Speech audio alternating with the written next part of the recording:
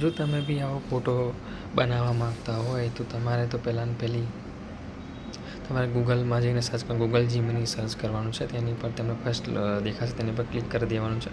ત્યાં પછી તમારે જીમેલથી લોગિન કરી દેવાનું છે. ત્યાં પછી તમે લોગિન કરશો એટલે તમને પ્લસનું એક આઇકોન દેખાશે, તેની પર ક્લિક કરવાનું છે. અપલોડ ફાઇલમાં જવાનું છે. તેની પર તમારે અપલોડ કરશો તમને એક ફોટો સિલેક્ટ કરવાનો છે. તમને જે બીજે ફોટો તમારો સારો હોય તમારે સિલેક્ટ કરી લેવાનો છે. જેવો ફોટો સિલેક્ટ કરશો એટલે તમને એક TXT નાખવાનું હશે. એ TXT તમને કોમેન્ટમાં જોવા મળી જશે.